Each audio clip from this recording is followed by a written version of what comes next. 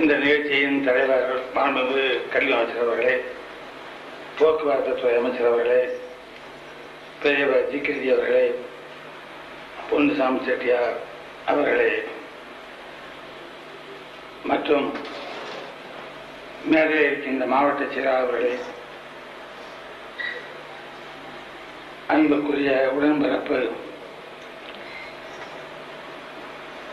மாநிலங்களவையின் உறுப்பினர் வரதராஜன் அவர்களே, இங்கே கலந்து கொண்டிருக்கின்ற பெரியோர்களே, தாய்மார்களே, என் ரத்தத்தின் ரத்தமான உடன்பிறப்பு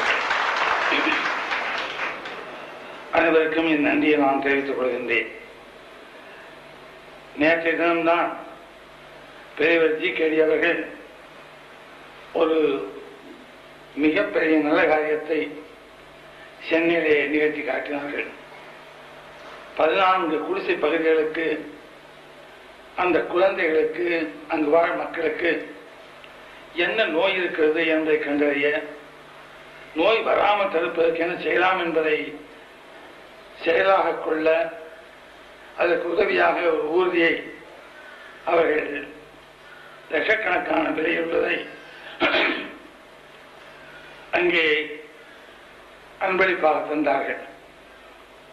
இங்கே ஏறக்குறைய 4 லட்சத்துக்குரிய காசோலையை வெள்ள நிவாரணத்துக்கு தந்திருக்கின்றார்கள். நேற்றிடம் சொன்னேன், நான் கொடுத்து சிவந்தகை கூடியவன் என்று சொன்னார். நேற்றும் அங்கே சொன்னேன், இப்போது வாங்கி என் கை சிவக்கிறது.